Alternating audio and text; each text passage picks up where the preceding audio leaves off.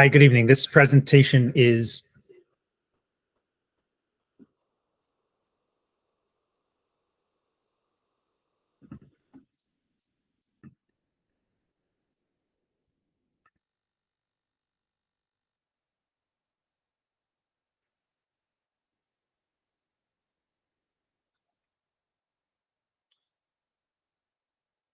turn the volume all the way down, JD.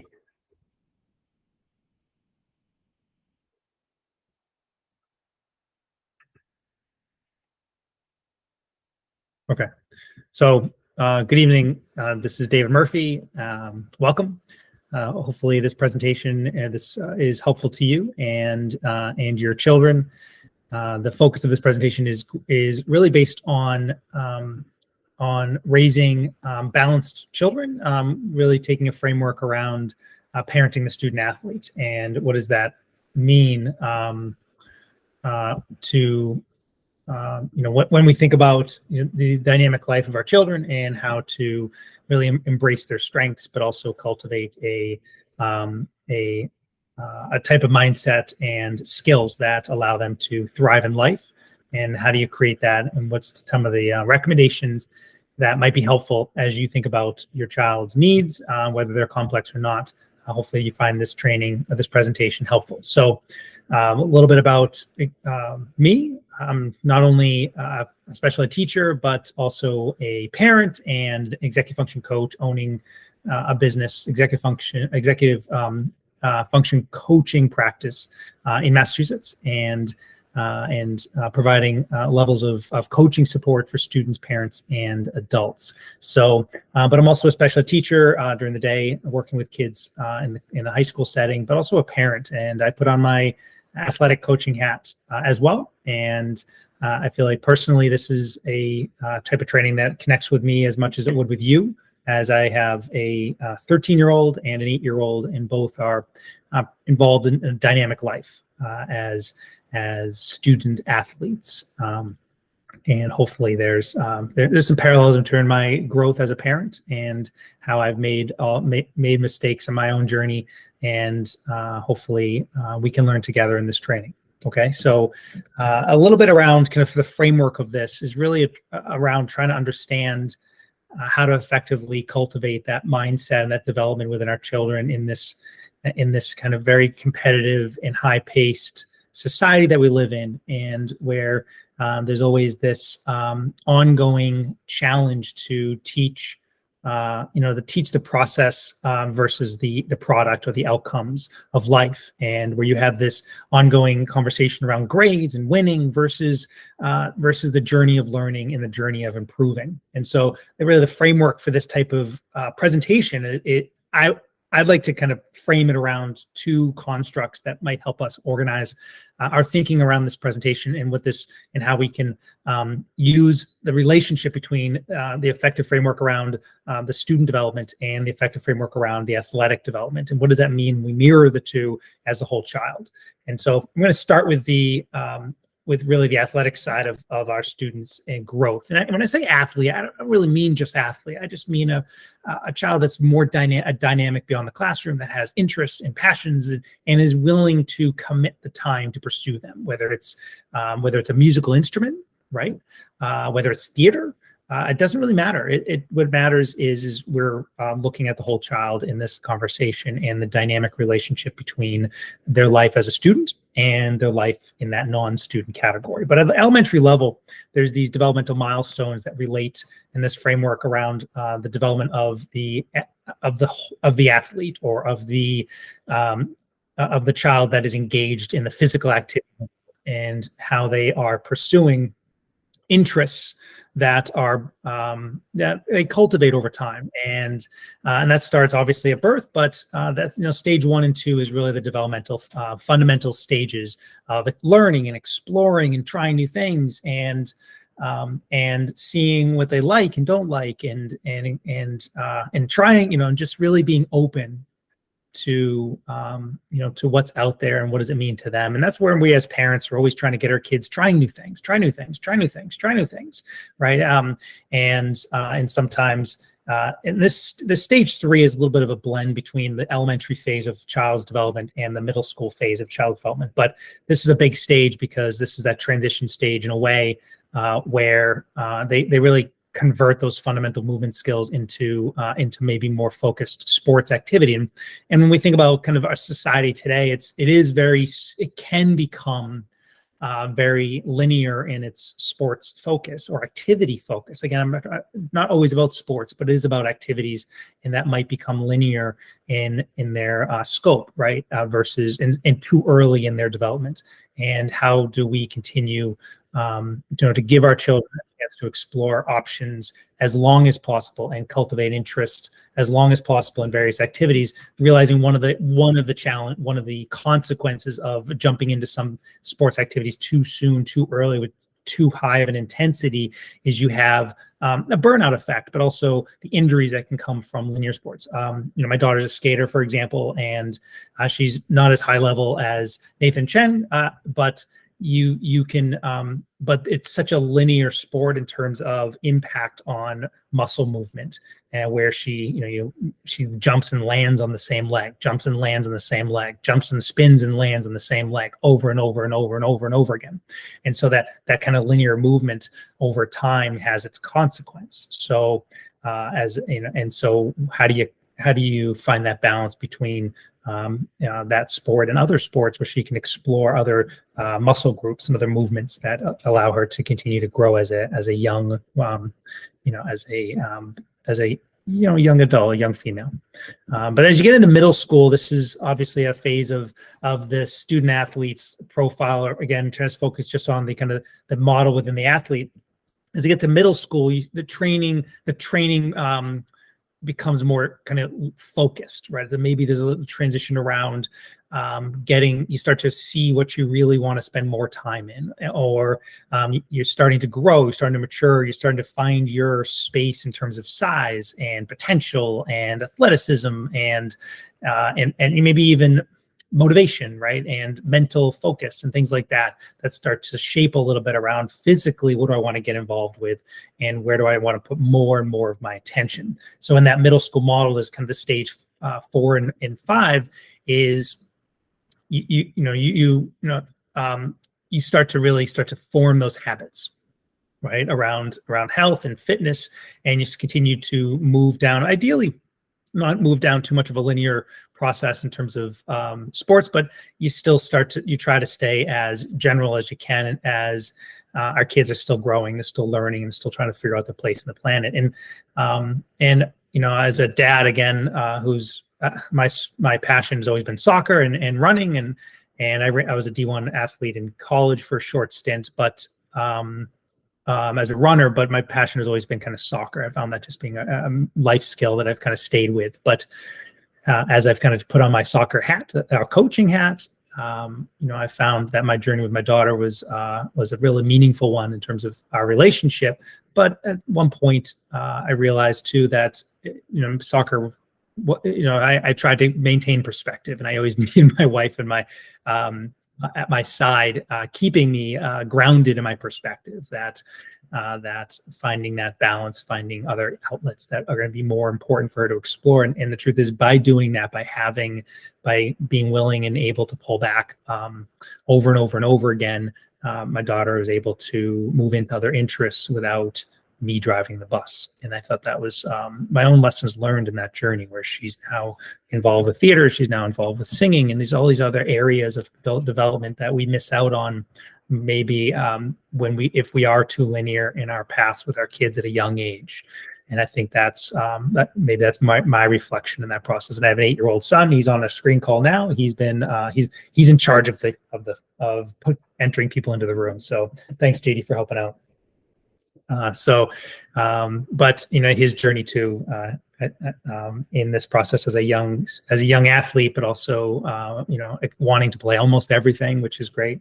but how do you continue to celebrate his interests, but not in the FOMO effect of not wanting to miss out on getting better in one area, and what does that mean to him as a full child who hasn't really figured out what he really wants to do yet, right? So, but as you get to high school, the story changes a little bit, right? Where we get maybe more focused, where the training moves into competition, and again, on kind of a reflection moment, I'm in it like everyone else. My daughter competes at a pretty high level skating wise, and so she travels to tournaments and stuff or competitions. And JD, my son plays pretty competitive soccer, so I'm always gut checking myself on this like model and how it impact and really how I may not be following that, where I have my son with his friends competing at such a young age and maybe developmentally not ready as this model kind of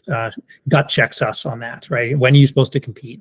Probably not at the age of 8, but here we are, and we do compete. And how is that nurturing the whole child? And what is the cost of that? And if you don't do it, what do you miss out on? All these thoughts go through my head. So I'm right with you, and so this presentation is also about my own self-exploration as a parent, and maybe making mistakes, maybe not, but learning through the process. So, as you think about those ending stages in high school, it's what are these what does this sport now mean in terms of real high level competition? What does this mean in terms of growth as a lifestyle activity?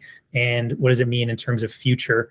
Well, it depends. For all of us, we just want our kids to be active. We just want our kids to find something they're passionate about, right? And at the end of the day, it doesn't really matter what it is as much as it connects with their strengths and interests and passions in the world. So I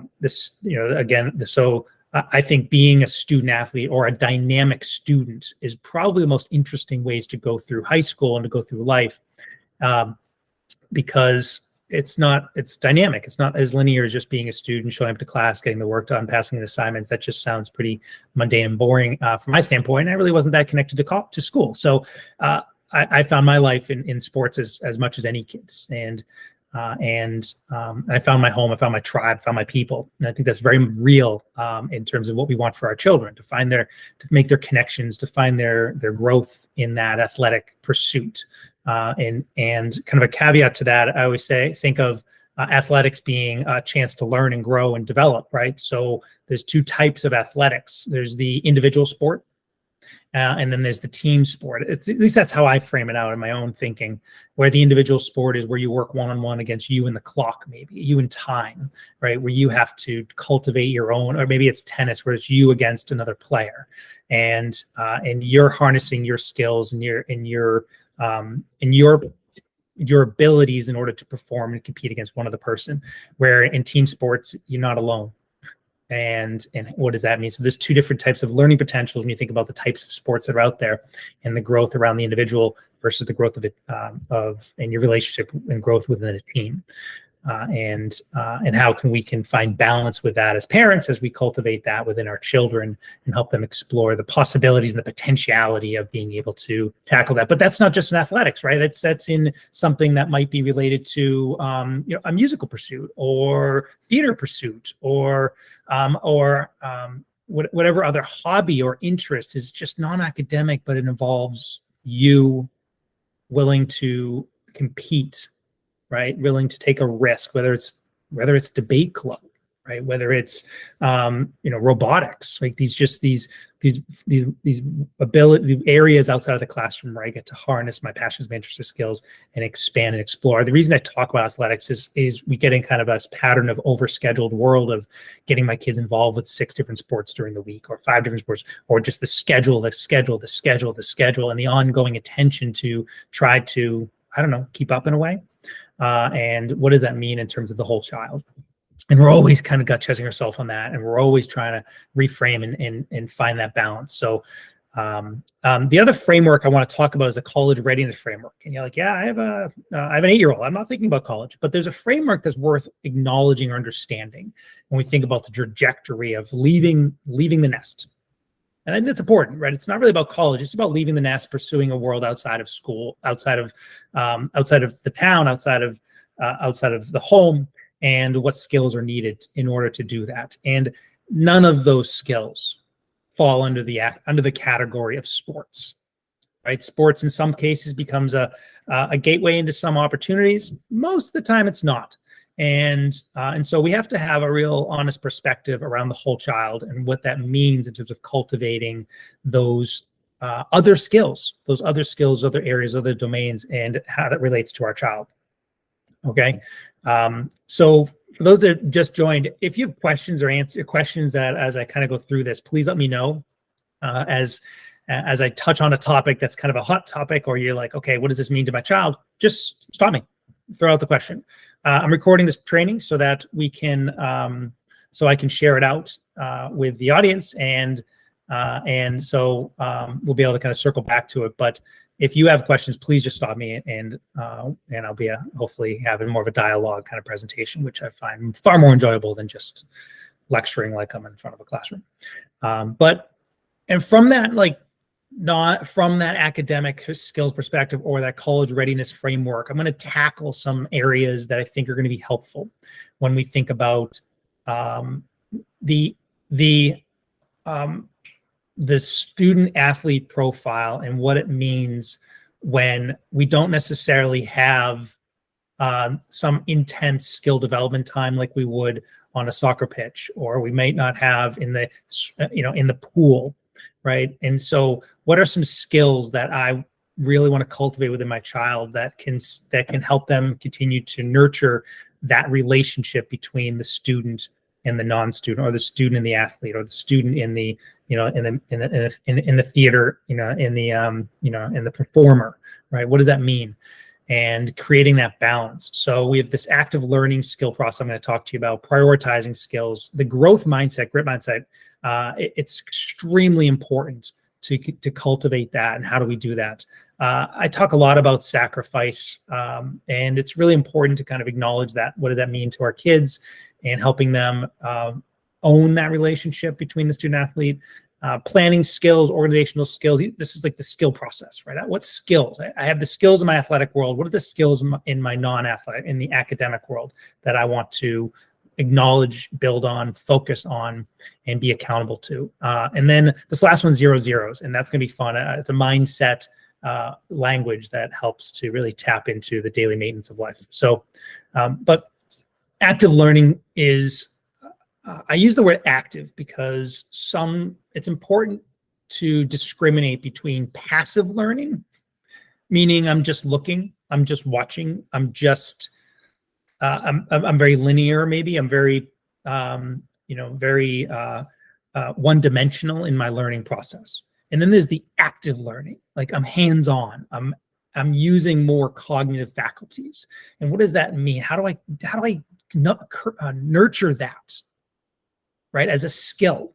And over time, if I practice it over time, what does that look like in terms of my abilities as a student, right? Because there's some truths at a young age, elementary school, and I have some slides that go into that, but the reading skills build homework skills. Why? Because if I sit and read for 30 minutes, if I sit and read for an hour, those are the homework skills that I'm going to need in middle school.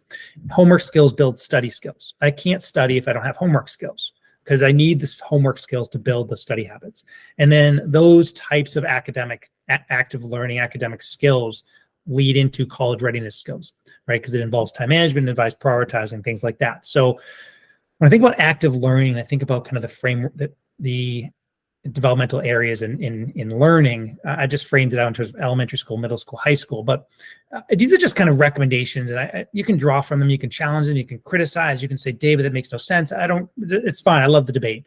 But what is important is when we think about the busyness of our children, it's continues to be very important to nurture the deliberate quiet time and what that means in terms of learning potential, right? Because the downtime creates learning time, right? The free time builds executive function skills, which builds metacognitive skills, which builds autobiographical planning skills. Like the time I spend alone in solitude and boredom and maybe time reading is this passive time, the sedentary time. And that's the building blocks for schools. It's kind of, can't ignore that. A lot of school is sitting, and attending. And so how do I develop that over time? One of the kind of, I would say the cruxes of that is the screen time, that as our children grow up in age, right? There's the impact that screen time can have, in this case, negatively on free time, downtime, and some of these learning processes that we want our children cultivating. And I say processes because learning is a cognitive process, right? It starts with having quiet time. It starts with nurturing time to think, to plan, to learn, to to dig into new content, things like that. So when they get to high school, they have these prerequisite homework routines, these reading skills, and that build on the study routines, the advanced note, the advanced reading, and the self-advocacy skills that are the next level for college independence. And so the active part is what am I doing hands-on when I am reading, right? When I am listening, when I'm in the classroom as a lecture, what am I doing? When I'm at home and I'm reading for a class tomorrow, what am I doing? When I'm studying, what am I doing? So, kind of coming out of the pandemic, coming out of, and with the transition from physical textbooks to now virtual textbooks, we have to continue to cultivate within our student athletes the activeness of learning. It makes it more engaging, it makes it more meaningful. And if you have ADHD or attentional challenges or learning skills, the more active I make it, the easier it is to learn.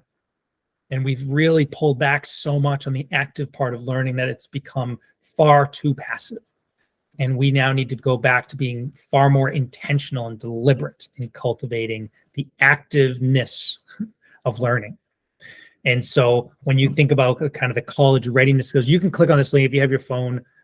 You can click on this link. It's a college readiness questionnaire. It's pretty cool. There's two parts to it. Well, there's two columns. One you can do that you can fill out as a parent. So I would say print 2 copies.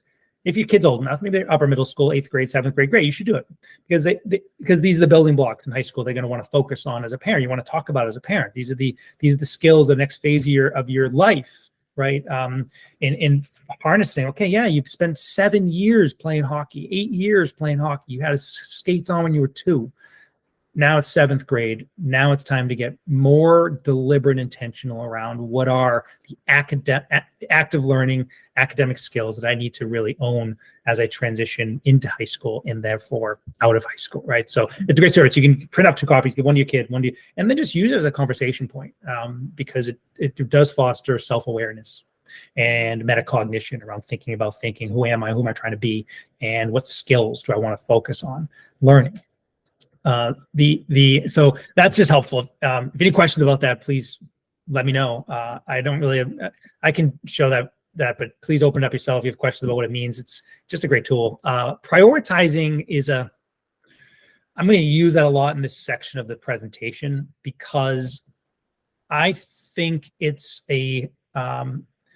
seems to be assumed that many of our children understand their priorities. And priorities, as you know, it's like, I know what priorities are. Well, it's important to be clear around the hierarchy of priorities for our kids, because in a time period where we threw skates on our children before they could read and write, we want to now talk about the relationship that the priorities of a student athlete, right? And how we want to move into a more intentional and deliberate conversation around, if I had my priorities in order, what decisions would I make better? If I had my priorities out of order, what decisions can I see myself make, what could go wrong based on the decisions I make, right? And so cultivating that is really important. And when you think about the balance of priorities in terms of a whole child, I talk to my kids around mind, body, and spirit. It's, you're building all 3 parts throughout life. And how do we lead by example as parents? But how do we talk about it? What do we reference in our own journey as parents to lead the way, but also in the questions we ask our children? And how do we nurture that? How do we continue to discuss it and talk about it as a way of looking at The mind obviously being the student side of our profile, the body being the athletic side of our profile, and the spirit being some of that stuff under the surface that is bigger than who we are. It's the cultivation of our innate abilities, gifts, passions, kind of the soul's direction of life. And what does that mean in terms of pulling it all together? But I put in the responsibilities piece too, because I think it's also important to build an interconnectedness around family and the environment around you. And what does that look like in terms of teaching the nurturing the relationship of responsibilities, and how that builds self-esteem, self-confidence, self-worth, and stuff like that. But then there's another way of like prioritizing tasks, right? When you think about morning routines, evening routines, just the daily maintenance of life, there's a way of looking at priorities in a real honest way that can just nurture just clarity around the chaos, right? The perceived, maybe seemingly chaotic time schedule of a student athlete, and how busy things are. But when I break it down into its essence, what matters most? What matters most, and how do I continue to reframe my journey and my relationships and my decision making and my tasks and my priorities with what matters most, as I cultivate this, the whole child and the journey. Right. And so I think about obviously the health of things, family, learning being school, but learning around growth and pursuing something of meaning, and then interests, hobbies, and activities. I like this part too, because sometimes kiddos can get a little stuck with missed priority, confusion around priorities, and how they can get lost in distractions can become so encompassing that it almost takes over all priorities. And so when you do this type of conversation, you start to realize that our kids kind of get more honest around where distractions fit on this list, and how if we were more honest and accountable to ourselves and our tasks, what would that look like in terms of decision making and success in the process, right? But one of the best kind of suggestions you could probably give in this conversation is what the whens of if you were to sit down with your child on a Sunday night and help them prioritize the week. What questions would come up? What decisions would be made? What conversations would you have that relate to those priorities and the decisions related to the week, right? And so that anchors that cognitive, the emotion, and the behaviors related to the decisions related to the week. And so you make priority, you decide what my week looks like based on the most important priorities. You start there. And by having that dialogue, you're teaching them how to think first, second, third, fourth, fifth, right?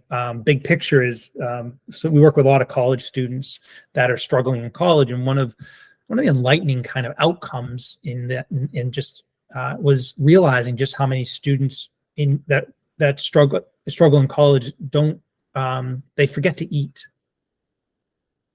And forgetting to eat isn't that they're not hungry. It's that they never really learned how to organize their decisions and planning of life to the point where they were actually understanding the time and space of eating. And that sounds pretty extreme, but it's not, because cafeterias are open a certain time period. No one's telling you to go there. No one's putting food in front of you. No one's saying, come down and eat, right? It's just, you have to figure it out. And schools, colleges, like this, a la carte of decisions that I can make and priorities. And I can put this in front of this, and I can, stay up all night and sleep all day. And all of a sudden you find that you're out of balance, right? So, these types of moments when we think about our kids and their journey can be really grounding in this process of learning and growing. But the planning skill process is what can anchor priorities, right? So when I think about priorities in my head, I kind of get it's a little vague. It's a little gray up there. It's there's like grayness in the boundaries of things. Okay, but if I anchor those decisions in time and space, that's called planning. When I anchor those decisions on a list, that's called a to-do list. That's called an action plan. Great. So I'm thinking on paper. I'm showing a visual representation of who I'm trying to be. That could be my calendar in terms of school, but it's also going to be my calendar in terms of sports, right? And helping our children own that. So they're tracking it. They're independently managing it. They're accountable for showing up and not showing up. I know, but I paid for this, I paid for that. Yeah, it's true. But at the end of the day, that opportunity they deserve, right? And they deserve to learn and grow through it. And that, because that cultivates all these skills that we want to build, right? So, and also the kind of the don't forget, the I forgots of things, the excuse building that can come up with when I do struggle. But so kind of with this kind of prioritizing, and the flip side of that is how do I get better at prioritizing? But also I have to also I have to find a parking lot to put the distractions. I have to find a real accountability markers for myself to remove distractions, or categorize them in a way to not let them get in the way of my of the decisions I'm making to be effective with my priorities, right? So I'm going to kind of just share a few things about screen use. There's a lot of conversations around screen time. There's a lot of debates. There's a lot of pros and cons. There's kids that they're doing just fine. There's other kids that aren't. You have to really take this with a grain of salt based on your child. But I'm just going to throw it out here for conversation, for feedback. I think, well, I don't think, but I know that screens can become a hindrance of one's ability to cultivate a relationship with themselves, right? And so they're so powerful that they can steal us from ourselves at such a young age. So when we think about the benefits of downtime, the gifts of free time, right? The gifts of boredom, and how that cultivates a chance for our children to think about themselves, to nurture an understanding of their own thinking, right? To ponder, to wonder, to I don't know, to even just dwell. Maybe we miss those opportunities because as soon as our kiddos come home from a high impact activity or whatever, there's this desire to move on to another high impact activity, like to take time with a screen or something like that. And my recommendation is give them a chance to be still, give them a chance to be quiet, give them a chance to just be by themselves. And like we did in our days, right? When you came home, you maybe put your stuff away and went outside, right? Or you went up to your room and there was nothing in your room back in those days, except maybe your phone. You called your friend. So trying to really hold ourselves accountable as parents to nurturing that, especially in elementary school. And as they get into middle school, you've fostered a foundation of self-regulation skills that we can build on, or kiddos can build on. Right. I think that's really important. I talk about no gaming. I just think there's the boundaries of that help promote attention, help promote decision making and prioritizing. That's all. I think we give our kids these high, powerful tools at an age when they still don't know what to do with them. They don't know their meaning. They don't know their place. That's okay. We can't judge it. We just acknowledge it. And there's a great. There's a campaign around cell phones in 8th grade. It's a website. It's pretty cool. There's a lot of information on there.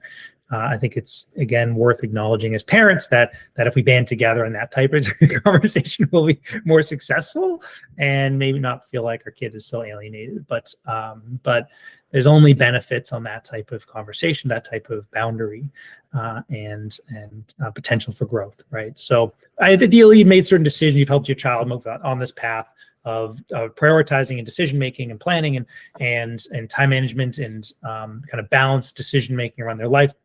By high school, they may be in a place where there's a higher level of self-regulation. They've found their place with the student athlete perspective, right? And I talk about being a high performing student athlete. A lot of kids are playing high impact sports, and I'm kind of always challenging them. It's okay, great. How do you play both? Can you be a high impact student athlete? Yes, you can. It requires a level of attention and deliberate, and I'll get into what that could look like too, is in how I act, how I perform. Every day is a day of accountability. How do I finish the day? And how do I nurture that relationship? Because ideally you should. I think it's very rewarding to be a student athlete. It's very, but it's not easy at all. It's harder to be a student athlete, or in many cases to be a high performing student and have something else going on outside of school that requires a lot of time and effort and attention, right? So how do I use my free time? Well, that's a really good question to ask, you and your spouse, but also nurturing, what does free time look like in our house, and how do we cultivate the downtime and family time and time for self-care, things like that. And to do that, I have to find a parking lot to put the distractions that can impact self-regulation, that can impact my one's connection with self, and things like that. So I think student athletes need that. I think the high impact athlete needs that more than anything, because they need a place to reset, decompress, regroup, and get back to ground level, especially if they're competing at a young age. It's really important to be able to get back to who I am in kind of developmentally appropriate way. So things to think about, debate. And again, if any questions about what I'm throwing out there, autobiographical planning is a pretty interesting cognitive concept. What it means is, when I'm by myself without distractions, what do I think about? And typically, if I'm at the bus in the morning, I'm thinking about my day, right? Autobiographical planning is this mental process of picturing and imaging and emotions all wrapped into this thought process around, what does my day look like? And what are the feelings about my day? I have a test this block, I have this going on, I have this going on. And in that type of processing, I'm filtering out, right? I'm making sense of it. I'm bringing meaning to it. I'm making decisions. I'm thinking about possible decisions, choice A, choice B, decision-making tree in a way. And when I see our children at the bus stop with their phones in their hand like this, are they getting a chance to do any of that? It's just something for us to debate. And who's responsible for that? Society, parents, kids? I don't know. It's worth talking about, especially if we see that our children might be struggling in certain areas, and how can we intervene and support them. But developmentally, there's building blocks here that we can talk about and try to nurture in certain ways, right? Okay, so I love this slide. These slides are cool. This is like realizing that we try to build the athletic profile in a way so that our children are learning teamwork and resilience and competitive spirit and things like that. It doesn't always translate into being a student. It just doesn't. And so it is really helpful for us to deliberately nurture that, right? And what is the language of doing that, right? JD will smile at me right now, because I'm always, part of my support of that is we always talk about failure. We're always talking about what mistakes you make. We always talk about what did you fail at today? Why? Yeah, because that's the journey of life. The journey of life is about overcoming failure, right? And so nurturing that, talking about it, gives us a sense, really demystifies, right? Some kids have anxiety around the failure of life, have an anxiety around failure in general, making mistakes, a perception around perfection. And so a way to nurture that is really to celebrate, right? The game of failure, and how we can go out today and make a bunch of mistakes. Great, let's talk about it. Let's celebrate it, and let's learn from it, right? Realizing that to be a student athlete is far more stressful. It's far more dynamic. It's far more difficult. I have to juggle two really complex worlds, right? I have the learning process of being a student, but also the impact skills to be an effective athlete. And when I mirror them, I have to sacrifice some things that may not want to sacrifice. I may not want to sacrifice sleep or downtime. I may not want to sacrifice, binge watching Netflix. I may not want to sacrifice, 300 clicks deep in YouTube. But if I want to maintain a certain relationship with being a student athlete, then I have to look at my priorities, and I have to really build a real focused attention around those decisions, realizing that if I'm empowered to make my own decisions, and as parents, we want our kids doing that. Like when they don't show up to practice a certain day, do you let them just not go? I think there's times when we got to listen to our kids and say, yeah, this is, you got to be able to make your own decisions. If you're not into it today, you're not into it, and especially at a young age. My goodness, you want to burn out I think that we need to listen to our kids, especially at those younger ages. As they get older, and obviously finishing what you start, things like that, failing forward is kind of a nice perspective on this, right? Meaning, can I learn through failure? And family dinner time is a great time to do this, have these conversations, especially with younger children, is just, have those moments to celebrate. Yeah, sure, you can talk about successes, what went well today, things like that. Or you can talk about the roses and the thorns of the day, right? Or you can talk about what mistakes and just really just take time to have fun with those conversations, and what that starts to demystify in our own kind of family values of life, things like that. It's good stuff because there's no way to get through life without learning through failure. So that also leads into in this kind of like this demystification of failure and really embracing our weaknesses in a way, right? Embracing our disabilities, embracing our attentional challenges, embracing our ADHD.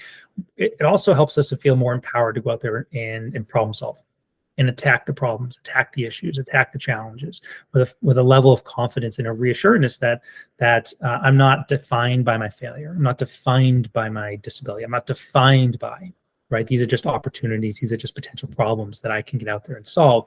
And how do I start empowering our children in order to do that? One excellent way of doing that, and if you're part of my other presentations, you've heard this before, but I'd love repeating it. It's just so important to remind ourselves that there's a process that we can engage our kids in when we want to help them make decisions. We want to help them own the problem, face the problem, and move through the problem. And one thing we want to not do is own the problem, not a problem, right? If your child is showing up to practice without their helmet, not our problem. I mean, you probably knew they didn't have it when they got in the car, but again, not your problem, right? And how do we foster that level? Well, is just by asking the open-ended questions, right? You got everything? Or run me through the list of stuff. And then, just practicing this process of thinking and planning and organizing. But maybe you can kind of anticipate the problem and you can kind of get ahead of it a little bit by asking open-ended questions so they come to the conclusion. But sometimes you're not there to solve all their problems, but you can help them acknowledge what's going on. You look stuck.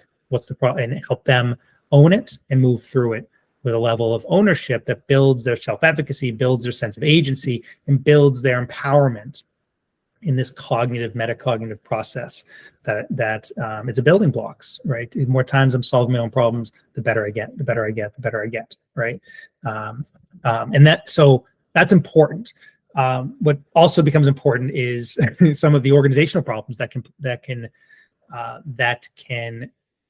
just be ubiquitous with some of our children, right? So when a student athlete, they're so busy, they're so scheduled that staying organized becomes really hard. But it becomes helpful to teach and to guide and to instruct and to support the maintenance of organization, right? It's sometimes easy to get organized. What becomes harder is the maintenance of organization. But if I'm independently owning that, I have my maybe I'm involved with a couple sport athletes, so I have my bag for this, I have my bag for that, and of course I got my school bag. And how am I independently navigating the organizational systems that allow me to be effective in those different worlds? And how do I own it? Because that is mine to own. I can't show up to lacrosse practice every single time, fully dedicated with all of my equipment, and then not show up to class with my pen and pencil, right? Because there are tools of performance. There's tools that are necessary to compete in the classroom and on the pitch. What are those tools, and how do I make sure that I'm accountable to maintaining them and owning them, right? So consistency really being key in this, like just really talking about the language of consistency.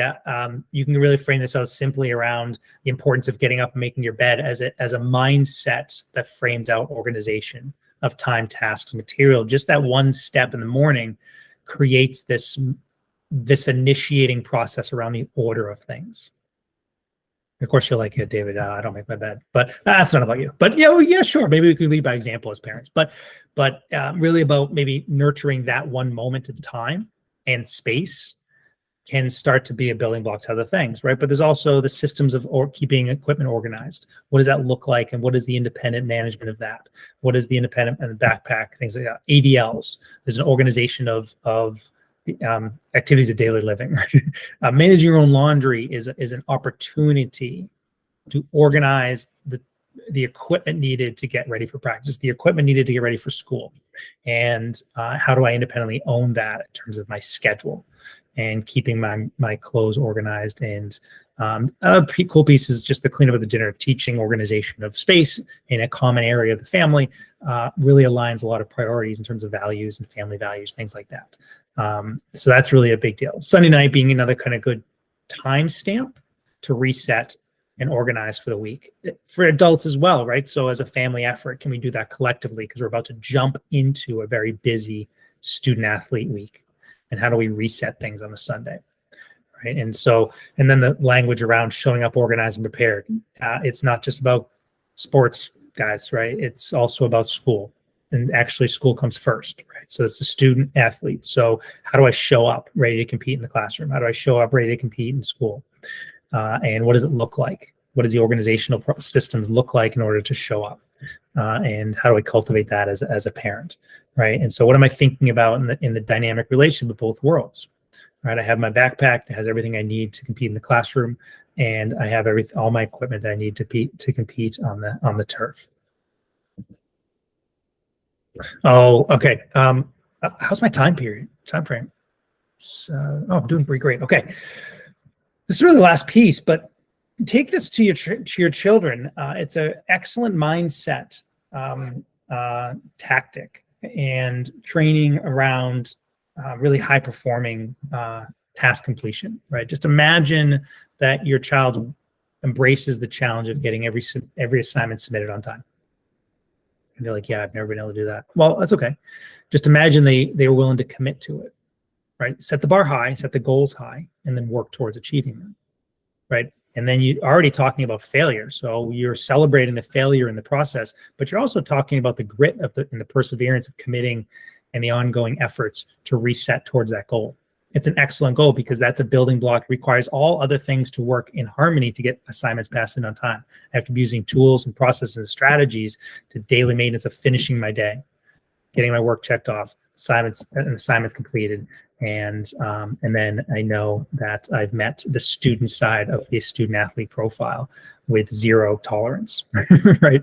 It's a great tactic. It fends off having to catch up, which gets into a really bad pattern with kids. We've moved.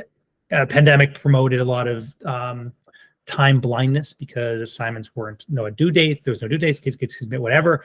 End of the quarter, everything's getting submitted, and the kids think that they're doing just great. Well, we're getting away from that slowly. There'll be a leap next year into more accountability markers around due dates and things like that. So, because we all know due dates matter. Due dates matter. It's actually one of the most important benchmarks of a life skill is managing the due dates of life. Right? Even your own commitments to your own due dates, but also the world around you when it comes to getting a full-time job someday. Right? So, having certain types of non-negotiable relationship with yourself around a tolerance policy on what you'll let yourself get away with is really important. So cultivating that at a young age builds that mindset that will lead into all other benefits down the road. So I hope this last slide is helpful and gives you kind of something to think about as well. I was going to talk about this, but it's a different kind of conversation. But so I appreciate your time. Thanks for joining me. And those we had a bunch of people that signed up online that weren't going to be able to make it. So I'll send this out to you all, and hopefully this helps you, even your child. It seems like there's parts of this training that would probably help your teenager if they're willing to sit down with you and use this training as a transition point to a conversation. But what questions do we have? What can I tackle with you? We have time right now to answer any questions and see how I can help.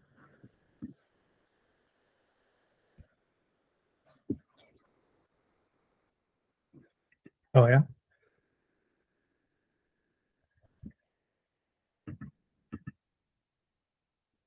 I'm gonna stop.